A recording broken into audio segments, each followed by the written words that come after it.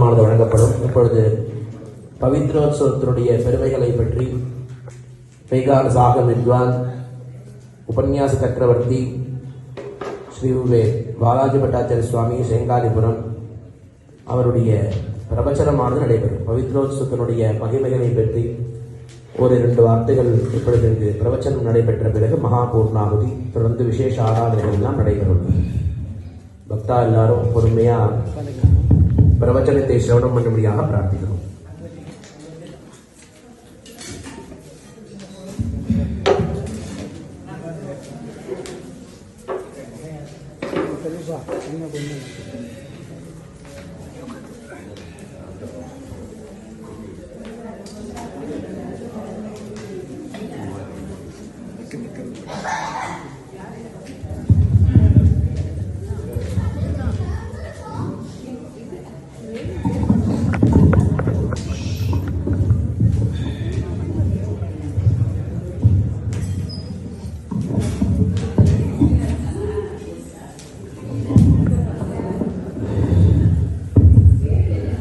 विना वेंकटेशं ननातो ननातः सदा वेंकटेशं स्मरामि स्मरामि हरे वेंकटेश प्रसीद प्रसीद प्रियं वेंकटेश प्रयश्च प्रयश्च.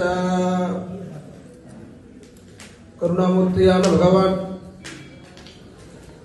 நம்மெல்லாம் உஜ்ஜீவிக்க வேண்டி நிறைய அவதாரங்கள் பண்றார். பகவானுடைய நிலையை 5 வகையாக பிரிக்கிறார் மகான்கள் எல்லாம்.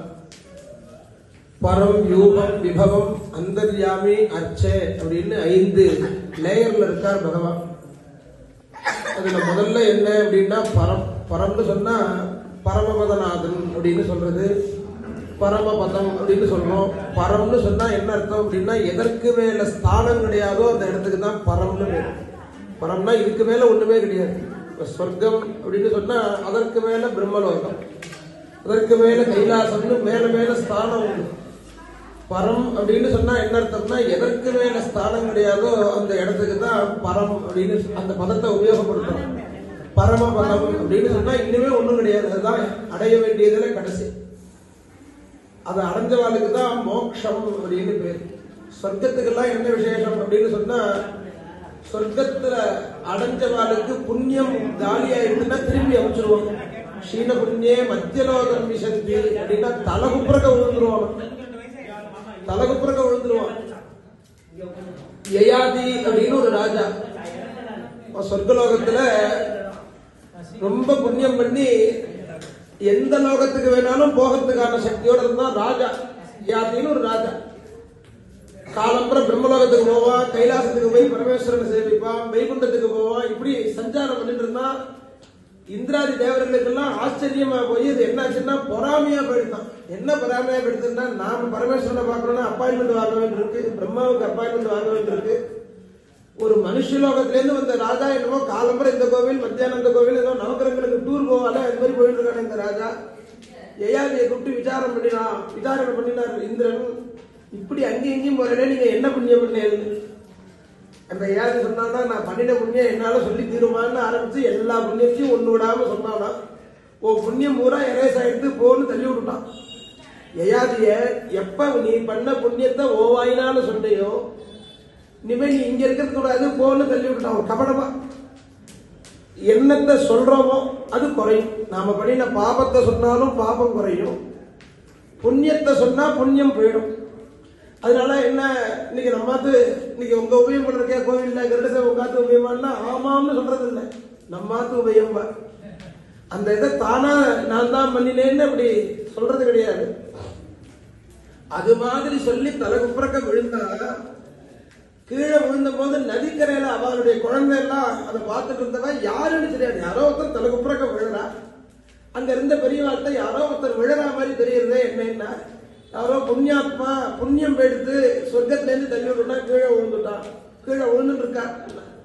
அப்ப இந்த அந்த யயாதியுடைய குழந்தை எல்லாம் இருக்காலே விழறது யயாதின்னு தெரியாம என்ன பண்ணாவா, விழறவா புண்ணியம் போய் தானே விழுறா, பாவம் எங்க புண்ணியத்தெல்லாம் கொடுத்தா அவர் திருப்பி போட்டுனா பாதி விழாம அப்படியே ரிவர்ஸ்ல போயிட்டானா யயாதி. விழறது யாருன்னே தெரியாம தன் அப்பாவுக்கு தன்னுடைய புண்ணியத்தெல்லாம் கொடுத்தாதான் அந்த குழந்தை யயாதி போயிட்டா. இந்த கதையை தசரதர் சொல்ற. ராமன் காட்டுக்கு போயிட்டா சௌரியமா இருக்காராங்கிறத சொல்லும் பொழுது ராமர் என்னென்ன பண்ணார், எப்படி இருந்தா, என்ன ஏதுன்னு சொல்லு. இந்த வார்த்தையை கேட்டுட்டு யயாதிரிவ சாதுஷு, சாதுக்களுடைய கிருபையினால யயாது எப்படி கீழே விழ போனவன் திரும்பி நல்வாழ்வு அடைந்தானோ அது மாதிரி எனக்கு ஜீவனே போயிடுது ராமன் காட்டுக்கு போனான்னு. ராமன் எப்படி இருக்காங்கிற வார்த்தையை கேட்டு நான் கொஞ்ச நாளைக்கு என் உயிரை பிடிச்சு நிற்பேன்னு கேட்கிறார் தசரதன். அப்படின்னா நாம இதுல புரிஞ்சுக்க வேண்டிய சாரம் என்ன அப்படின்னா, பெருமாள்கிட்ட போனா திரும்பி வர மாட்டான். பெருமாளுடைய சரணத்தை அடையிறதுக்கு தான் மோட்சம்னு பேரு. சாயுஜ்யம், சாரூபியம், சாலோக்கியம், சாமீபியம்னு சதுர்விதமா 4 விதமாக முக்தியை பிரிக்கிறார். அதுல சாரூபிய முக்தி தான் இந்த துவாரபாலகால் தான். துவாரபாலகருக்கு சங்கு சக்கரம் உண்டு, விஸ்வக்சேனருக்கு சங்கு சக்கரம் உண்டு, சில ஆலயங்கள்ல கருடாழ்வாருக்கே சங்கு சக்கரம் உண்டு. இதெல்லாம் என்னன்னா பெருமாளா பெருமாளுடைய பார்ஷதாலாம் தெரியாது. அந்த அந்த அதே ரூபங்கிறதுக்கு தான் சாரூபிய முக்தின்னு பேரு. சாலோக்கியம்னா என்னன்னா அவர் இருக்கிற லோகத்துல ஒரு ஸ்தானம், அதற்கு சாலோகம். சலோகம் அப்படின்னா அந்த லோகத்துல ஒரு ஸ்தானம், சாலோக்கியம். சாமீபியம்னா பெருமாளை தொடர அளவுக்கு கிட்டக்க, அதுதான் சாமீபியம். சாயுஜ்யம்னா என்னன்னா பெருமாள் வேற பக்தன் வேறங்கிறது இல்லாம ரெண்டா கலந்துருது, ரெண்டா கலக்கிறது. பால்ல தீர்த்தம் ஊத்தினா எது தீர்த்தம் எது பால்ல பிரிக்க முடியாம இருக்கோ அது மாதிரி ரெண்டா கலக்கிறதுக்கு சாயுஜ்யம்னு பேரு. சாலோக்கிய, சாமீபிய, சாரூபிய, சாயுஜ்ய சதுர்வித மோட்சபலாவாப்தியர்த்தம் சொல்றது. 4 விதமா அந்த மோட்சத்தை பிரிக்கிறார். இதுல அந்த பரமபதம்ங்கிறது தான் பாபிகள்னால ஸ்மரிக்கவே முடியாதான். அது எப்படி இருக்கும்னு இமேஜினேஷன் பண்ணி பார்க்க முடியாது. அப்ப பெருமாள் ஒத்தருமே இல்லாம ஒரு 10 பேரோட பண்ணாடி இருக்கோம், நாம இருந்தா சரியா வராதுன்னு இறங்குறா. அதுதான் பார்க்கடலில் பையத்து என்ற பரமன் அடிபாடிங்கிற ஆண்டா. பார்க்கடல்ல இன்னும் கொஞ்சம் விசிட்டர்ஸ் ஜாஸ்தி, நிறைய பேர் நாரத, தும்புரு, இந்திராதி தேவர்கள்லாம் பார்க்கலாம். இதுவும் செலக்டட் பீப்புள் தான் வர முடியாது, எல்லாரும் வர முடியலன்னு தான் சுவாமி அவதாரங்கள் பண்றார். விபவாவதாரம் ராமனாகவும், கிருஷ்ணனாகவும், வராகனாகவும், வாமனராகவும், சிம்மமாகவும் அவதாரங்கள் பண்ணார். திருப்தி ஆச்சாரினார். அது அந்தந்த காலகட்டம், அந்த காலகட்டம் முடிஞ்சு போயிடுதுன்னா அப்புறம் அந்த இப்ப நம்ம ராமாவதார காலத்தை பார்க்க முடியுமா, ராமர் என்ன பண்ணார்னு கேட்கலாம், வேற பார்க்க முடியுமா? அப்போ அதுவும் போராதுன்னு தான் யாரெல்லாம் டவுன்லோடு பண்ணிக்கிறீங்களோ அவளுக்கெல்லாம் கிடைக்கும். அதுக்குதான் அந்தர்யாமின்னு பேர். அந்தர்யாமின்னா ஒரு பெரிய ஃபைல கம்ப்யூட்டர்ல வச்சுட்டு யார் டவுன்லோடு பண்ணிக்கிறாங்களோ அவளுக்கு அது அந்தர்யாமித்துவம்னு பேரு. 4வது நிலை இருக்கிறதுலயே ரொம்ப கஷ்டமான ஸ்தானமா இந்த அந்தர்யாமி. ஒரு 5 நிமிஷம் கண்ணமணி பகவானை பாருங்க, எத்தனை பேரால பாத்திர முடியுது? பொய் சொல்லக்கூடாது, நான் பார்த்தேன்னு சொல்லக்கூடாது. என்னன்னா கலஞ்சிருமா மனசு. அதுக்குதான் பிராணாயாமம்னு பிராணாயாமம் பண்ணி தாரணேன்னு ஒரு அது அந்த 8 அங்கம், இந்த தியானத்துக்கு 8 அங்கம் இருக்கு. அதுல தாரணேன்னு ஒண்ணு. தாரணேன்னா என்னன்னா கலையாம பாத்துக்கணும்.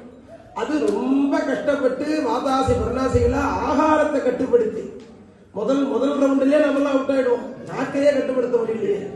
4 இன்ச்சு நாக்கு ஒரு செட் டிஷ் இல்லாம ஒரு பதார்த்தத்தை உள்ள தள்ள முடியல. இட்லியோ தோசையோ உப்புமாவோ பொங்கலோ ஏதோ ஒண்ணு இருந்தா ஒரு 4 இன்ச்சு நாக்கு தான். இந்த டோல்கேட்டு தாண்டறதுக்கு என்னென்னமோ கேட்கறது. தக்காளி சட்னியை கொண்டாங்கிறது, தேங்காய் சட்னியை கொண்டாங்கிறது, மலாபடியை கொண்டாங்கிறது, 7 எடுக்காத தயிரை கொண்டாங்கிறது. இந்த 4 இன்ச்சு நாக்கு மெல்லு கட்டி சாப்பிட முடியல. அதுக்கு மேல ஏதாவதுன்னா என்ன பண்றது தெரியுமோ, நாக்குல விடாம முழுங்கிட்டுமாங்க. அப்ப இந்திரியத்துல வாயை கட்டி, கண்ணை கட்டி, காதை கட்டி, மூக்கை கட்டி, மனசை கட்டி, இதுக்கப்புறமா பிராணாயாமே தகைர் தோஷானே தாரணாபிஷ்ட கில்பிஷானே பிரத்யாஹாரேன சம்சர்கானே தியானேனான் ஈஸ்வரான் குணானே அச்சஞ்சலமா தியானம் பண்ணிண்டே இருந்தா என்ன கிடைக்கும்னா ஈஸ்வரனுக்கு இருக்கிற குணம்லாம் அவளுக்கு வந்துருமா. நம்ம சம்பிரதாயங்கள்ல பெரியவாள்லாம் சொன்னாரு, சுவாமி தேசிகன், ராமானுஜர். இப்ப இன்னைக்கு இருக்கிற பெரியவாளுக்கெல்லாம் என்ன பெருமைன்னா தியானம் பண்ணி பண்ணி பண்ணி பண்ணி பண்ணி என்ன ஆயிடுது அப்படின்னா, அவன் கைனால மந்திராட்சதையை வாங்கிட்டு வந்தா போறோம், கல்யாணம் பண்ணா நடந்துரும். அவர் என்ன ஆசீர்வாதம் பண்ணார், அவர் என்னை பார்த்து சிரிச்சார், நான் க்ஷேமமா இருக்கிறதுக்கு அதுதான் காரணங்கிற அவள் இதுல என்னன்னா தியானேன அனீஸ்வர அன்புனானே ஈஸ்வரனுக்கு சமானமான குணம் அவரை ஸ்மரிக்க ஸ்மரிக்க ஸ்மரிக்க ஸ்மரிக்க வந்துருமா. அப்ப இது எவ்வளவு கஷ்டம். அதைத்தான் சொல்றார் ஸ்ரீனிவாசனுடைய அர்ச்சனையில ஒரு நாமா யமாத்யஷ்டாங்க கோச்சராய நமஹா. யமம் நியமம் பிராணாயாமம் பிரத்யாகாரம் தாரணேன்னு 8 அங்கம். 8 அங்கத்தினால அறியக்கூடியவனேன்னு அர்த்தம். கோச்சரம்னா வாசாம கோச்சரம்னு சொல்றாங்க. வாக்குக்கும் மனசுக்கும் எட்டாதுங்கிறத வாசாம கோச்சரம்னு சொல்றது போல யமாதி அஷ்டாங்க கோச்சராஜனமா அப்படின்னா என்ன அர்த்தம்னா சாமான்யமான கண்ணுக்கு தெரியாது. அதை பார்க்கிற முறை வேறையும். இந்த பகவான உள்ள ஹிருதயத்துல பார்க்கிற முறை இருக்கே, அது பிராணாயாமம் பண்ணி தாரணம் பண்ணினா அப்ப அந்தர்யாமின்னா இன்னும் விரல் விட்டுன்ற மாதிரி ஆயிடுறது. ராமாயணத்துல ரொம்ப ரசமான கதை. ராமர் வேத வித்துக்களுக்கெல்லாம் உங்களெல்லாம் நான் பாத்துக்கிறேன், கவலைப்படாதீங்க, எந்த ராட்சசா வந்தாலும் நான் பாத்துக்கிறேன்னு அந்த வனவாசிகளா இருக்கக்கூடிய மகரிஷிகளுக்கு பின்னாடியே அவர்கிட்ட சொல்லிட்டு சுவாமி அப்படியே கிளம்புறா. சீதை சொல்றா, அண்ணா என்ன சீதை சொல்லு. இப்ப சீதை சொல்றா, ஒரு கதை ஞாபகத்துக்கு வருது, நீங்க கோச்சுக்கள் என்ன சொல்றேன் சொல்லு சீதை, வா சொல்லு, சொல்லிட்டே வா போன்னு பேசிட்டே போறா. இந்திரன் ஒரு அந்தனர் தவம் பண்ணினார். அந்த தவம் ரொம்ப ஜாஸ்தியா பண்ணிடுவாரோன்னு பயந்துட்டு இந்திரன் என்ன பண்ணா, ஒரு வேடுவ வேஷம் போட்டுன்னு வந்து ஒரு சோட்டா கத்தியை கொடுத்து, இந்த கத்தியை ஜாக்கிரதையா பார்த்துங்க, நான் அடுத்த ரவுண்டு வரும்போது வாங்கிக்கிறேன், நான் மரம்லாம் ஏறணும், விலங்குகளை துரத்துல போய் இங்க விழுந்துரும், நல்ல கத்தியா இருக்கு நீங்க வச்சுங்கன்னு கொடுத்தா, இந்த தவம் பண்ணிட்டு இருந்த அந்த ரிஷி என்ன பண்ணா, அப்படியா நீ திரும்பி வருமா, எங்க நான் பார்த்துக்கிறேன்னு சொல்லிட்டு இந்த கத்தி தூக்கி மடியில் தூக்கி வச்சுட்டார் காணாப்படுவோம்னு. அப்புறம் மடியில வச்சு இந்த கத்தியை வச்சு பூமி அப்படியே தோண்டினா. அப்புறம் அந்த ஆசிரமத்தில் இருக்கிற வளாகத்தில் இருக்கிற செடியெல்லாம் வெட்டி கிளீன் பண்ண ஆரம்பிச்சா. அப்புறம் அந்த பக்கமா விலங்கெல்லாம் ஓடினா விலங்க வெட்ட ஆரம்பிச்சா. இப்படியே அந்த கத்தி அவருடைய தவத்தை கெடுத்து அவர் வேடுவனா போயிட்டா. அந்த வேடுவனா போன இந்திரன் இருக்கானே திரும்பி வரவே இல்லை. இவனை கெடுக்கிறதுக்காக அவன் ஒரு கத்தியை கொடுத்து கெடுத்து விட்டான். நீங்க இந்த வில்லையும் அம்பியும் தூக்கிட்டு வந்து நாம இடுப்புல மதவரையை கட்டிட்டு தவ வேஷம் போட்டு வந்திருக்கோம். நீங்க அந்த ரிஷிகள்கிட்ட நான் உங்களை எல்லாத்தையும் காப்பாத்துறேன்னு அபயதானம் பண்றேன், நீங்களும் அது மாதிரி வேடுவனா போயிடுவேன்னு நான் கவலைப்படுறேன். ஸ்னேகாஸ்ச பகுமானாஸ்ச ஸ்மாரயேத்வாம் ந சிக்ஷையே, உங்களுக்கு ஞாபகப்படுத்துறேனே தவிர உங்களுக்கு நான் சொல்லிக் கொடுக்கறதா நினைக்க வேண்டாம். நல்லா செய்வேன். என்ன புரிஞ்சுக்கணும்னா, ரொம்ப கஷ்டப்பட்டு தவம் பண்றவனுக்கு தான் ரொம்ப மேல போயிட்டான்னா ரொம்ப ஊர்வசிலாம் அனுப்புவான் டான்ஸ் ஆடுறதுக்கு. இந்திரன் தன்னிடத்துக்கு வந்துருவான். கொஞ்சம் சுமாரான பீசா இருந்ததுன்னு வச்சுக்கோங்க, இந்த மாதிரி கத்தியை கொடுத்து ஏமாத்திட்டு போயிடுறான். நமக்கு அவ்வளவுலாம் வேண்டாம். அவ கையில வச்சிருக்கிற போனே போறோம் நம்மளுடைய தியானத்தை கெடுக்கிறதுக்கு. ஜபம் பண்ற காயத்ரி ஜபத்துக்கெல்லாம் கவுண்டிங் மிஷின் ஆன் பண்ணிட்டு அப்படியே தட்டிகிட்டே இருக்காரு, ஜபம் பண்ணிட்டே இருக்காரு.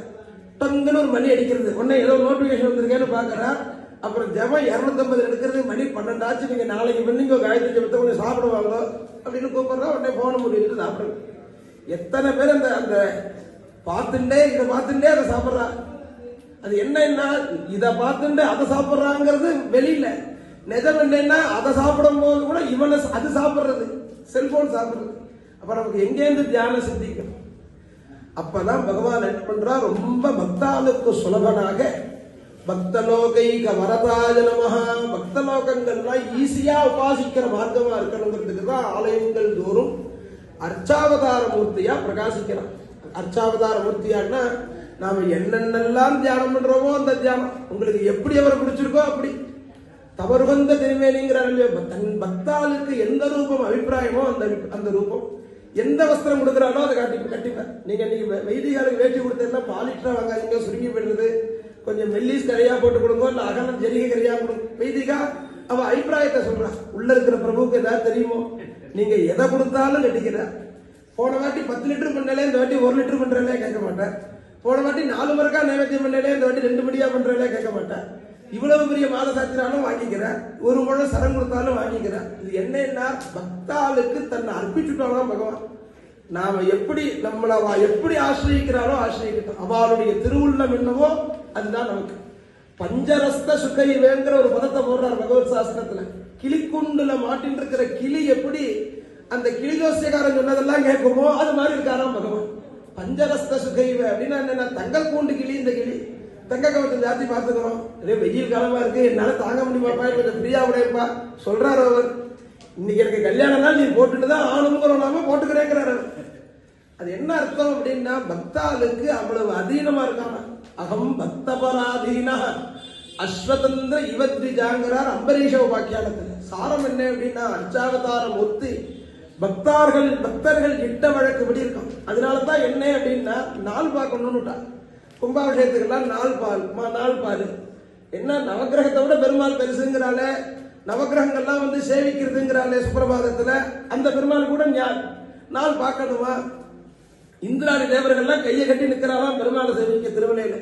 சேவா பலா சிவ சுரேச கிருஷானு தர்ம ரக்ஷோம்புநாத பவமான தனாதிநாதாக பத்தாஞ்சலி பிரவிலசன்னிஜ சீர்ஷ தேசாக ஸ்ரீவேங்கடாச்சலபதே தவ சுப்பிரபாதம். விடிஞ்சுடுத்து நீ எழுந்துக்கணுங்கிறது தான் கான்செப்ட். விடிஞ்சதுக்கு அடையாளமா பல திருஷ்டாந்தங்களை சொல்லிட்டு வரவர் சேவா பராக, சேவையே மேலான ஒரு கைங்கரியமா நினைச்சுட்டு தலைக்கு மேல கைகுவித்த வண்ணமாக, தங்கள் தங்கள் தலைக்கு மேல கைகூப்பின வண்ணமாக சிவ சுரேச கிருஷானு தர்ம ரக்ஷ அம்புநாத பவமான தனாதிநாதா, பரமேஸ்வரன் முதலான இந்திராதி தேவர்கள் அத்தனை பேரும் கைகூப்பின வண்ணமா இருக்கா. நீங்க எழுந்துக்கணும். சூரியேந்து பௌம புதவாக்பதி காவிய சௌரி ஸ்வர்பானுகேது திவிஷத்பரிஷத் பிரதானாஹ வத்தாசதாச ரமாவதி தாசதாசாஹ. அடியார்க்கும் அடியர்களாக அங்க நவக்கிரகம் சேஷ்ட பண்றது இல்ல. நீ முன்னாடி விழுங்கிறாரா சனி பகவான்? யாராவது வந்து முட்டினா நான் ரொம்ப நேரமா நிக்கிறேன்னு சண்டை போடுற பண்றது இல்லையா? ஒரு தாசனுக்கு பின்னாடி வந்த புண்ணியம் வந்து நீ முதல்ல போங்கிறாரோ. நமக்கு முன்னாடி பின்னாடி இருக்கிற பாகவதாலெல்லாம் முன்ன தள்ளிட்டு தாச தாச சரமாவதி தாச தாசா எல்லா அடியார்களும் போயிட்டாளா கோவில கூட்ட முறையில. கடைசியா நாங்களும் பார்த்துட்டு போயிடும். ஏன்னா பகவானுடைய பிரசாதம் மாத்திரம் இல்லாம பாகவத சேஷமும் கிடைக்கும்னு வெயிட் பண்ணி சேவிக்கிறாங்க. அப்படி நவக்கிரகங்கள்லாம் வந்து நிக்கிறது. அப்ப பெருமாளுக்கு நாள் பார்க்கணுமா? நீ சம்பந்தப்பட்டிருக்கீங்களோ நாள் பார்க்கணும். நீ சம்பந்தப்பட்டு நீ தானே யோஜனை சொல்ற 9 மணிக்கு வச்சுக்கலாம், நான் வரதுக்கு கொஞ்சம் லேட் ஆயிடும், ஒரு 10:30 பண்ணுங்கன்னு எப்ப நம்ம அபிப்பிராயத்தை சொல்லிட்டோம். பெரியவாள்லாம் வியாக்கியானம் பண்றா. நாம ஒரு 8 வயசு 10 வயசுக்கு பையன் கீழே விழுந்தானா அடிபடுறது, 60 வயசு தாத்தா பெட்ல இருந்து கீழே விழுந்துட்டா அடிபடுறது, குழந்தை விழுந்தா அடிபடுறது இல்லை. ஏன்னா குழந்தை என்ன நினைக்கிறதா, நம்மள நாம காப்பாத்திக்கிறது இல்லை, பகவான் தான் காப்பாத்துறான்னு கையை காலெல்லாம் வச்சுன்னு பேசாம விழுறதான், அடிபடுறது இல்லை. இந்த தாத்தா என்ன பண்றாரு, எகிர்ந்துகிட்டா நம்மளை நாமே காப்பாத்திக்கணும் கையை வைக்கிறார், கை முறிஞ்சு போயிடுது. அப்ப என்னன்னா அந்த அனன்யா சிந்தையந்தோமாம் ஏதனா பரிபாசனை, நீ பேசாம விழு அடிபடாது. நீ உன்னை காப்பாத்திக்க மட கண்டுட்டு தலையை தூக்கிறது கையை ஊன்றதெல்லாம் பண்ணேன்னா எசகசகா முறிஞ்சு படுத்துடுற. இந்த குழந்தை இதே மாதிரி விழுந்ததுன்னா குழந்தை தான் அடிபட்டது கை முறிஞ்சு படுத்துன்னு உண்டோ? குழந்தைய பகவான் அவ்வளவு ப்ரொடக்ஷன் பண்றான். ஏன்னா அதுக்கு அதை பார்த்துக்க தெரியாதுன்னு தான் அதை பார்த்துக்கணும்னு ஒரு இதை வைக்கிறான். அதுல பிறந்த குழந்தை அதுக்கு விவரம் தெரிஞ்சு இது அதுன்னு ருச்சி தெரிகிற வரைக்கும் பகவானுடைய கண்ட்ரோல் இருக்கும். அப்ப பகவான் அவ்வளவு நமக்கு கருணை பண்ணும் பொழுது என்ன ஆகுது அப்படிங்கும் பொழுது நாம வேண்டினது கிடைக்கணும்னு ஒரு அபிப்பிராயம் வந்துடுத்துன்னா அங்க காம குரோத லோக மோகங்கள்லாம் வந்துடுத்துங்க. அப்ப என்னன்னா தப்பா பண்ணினேன்னா தோணும். தப்பா ஹோட்டல் சாப்பிட போறா, பகல்ல போனேன் நல்ல டயத்துக்கு போனேன்னு சொல்லுவா, அவன் உங்களுக்கு முன்னாடி ஒப்பிப்பான் அந்த பிரபலத்தை. இட்லி தோசை வடை பூரி பொங்கல் இதெல்லாம் வேணுமான்னு கேட்பான். ஹோட்டல் பூட்டுற நேரத்துக்கு போனோம்னு வச்சுக்கோ, நீங்க அவன்கிட்ட ஒப்பிக்கணும். இட்லி இருக்கா இல்ல, பூரி இருக்கா இல்ல, பொங்கல் இருக்கா, அடுப்பு கறிதான் இருக்கு, கடைசியா போட்ட தோசை கொஞ்சம் மீதி இருக்கு, சாப்பிட முடியா என்ன பண்ண போற. என்னன்னா நீ போன நேரத்தை பொறுத்து நிஷ்கவலையா பகவான உபாசிக்கிறான். எனக்கு எது பண்ணாலும் போரும்னா எந்த பரிகாரமும் வேண்டாம், எந்த தோஷமும் அவரை பிடிக்காது. அவரும் நிர்மலமா இருப்பார், நாமும் நிர்மலமா இருப்போம். அவர்கிட்ட வந்து அவன் எழுத்து வீட்டுக்காரன் என்னோடதான் ஆரம்பிச்சான், அவன் வீடு என் தலைக்கு மேல போயிடுத்து, எனக்கு எப்ப எழும்போம், அப்ப உனக்கு நான் என்ன பண்ணணும், இந்த மாதிரி எண்ணங்கள்லாம் வேண்டுதலா பரிணமிக்கும் பொழுது அங்க தோஷங்கள்லாம் சம்பவிக்கும். பண்ண வேண்டியதை மாத்தி பண்ணினா அபச்சாரம். அந்த அபச்சார நிவர்த்திக்கு இது போல உற்சவாதிகள்லாம் பண்ணணும்னு விட்டார். பவித்ரோத்சவம்னு பவித்ரம் அப்படின்னா சுத்தம் பண்ணக்கூடியதான ஒரு சம்ஸ்காரம். ஆலயத்தில் இருக்கிற பெருமாள்ல இருந்து ஆரம்பிச்சு அதுவும் திருமலையெல்லாம் கோவில் முழுக்க சுத்தி பண்ணி உள்ள கர்ப்பாலயத்திலாம் கோவிலாழ்வார் திருமஞ்சனம் பண்ணுவாங்க. பச்சை கற்பூரம் கோபிச்சந்தனம் அந்த கஸ்தூரி மஞ்சள் அப்படி எல்லாம் போட்டு குழம்பா பண்ணி கோவிலாழ்வார் திருமஞ்சனம் பண்ணி அதுக்கப்புறம் தான் பவித்ரோத்சவம். போட்டோ எல்லாம் பார்க்கலாம், ஏர் பிரஷர் வச்சுட்டு ஃபுல்லா விமானம் முழுக்க அலம்பி விடுவாங்க போட்டோ பார்க்கலாம். எதுக்கு சொல்றோம்னா பவித்திரம்னா பாக்கிய சுத்தி, ஆந்திர சுத்தி, வெளி சுத்தி, புல் சுத்தி எல்லாம் பண்ணி பெருமாளுக்கு சாநித்தியம் உண்டு பண்ணக்கூடியதான வருஷாந்திர கும்பாபிஷேகம், வருஷா வருஷம் பண்ணக்கூடியதான ஒரு கும்பாபிஷேகம்.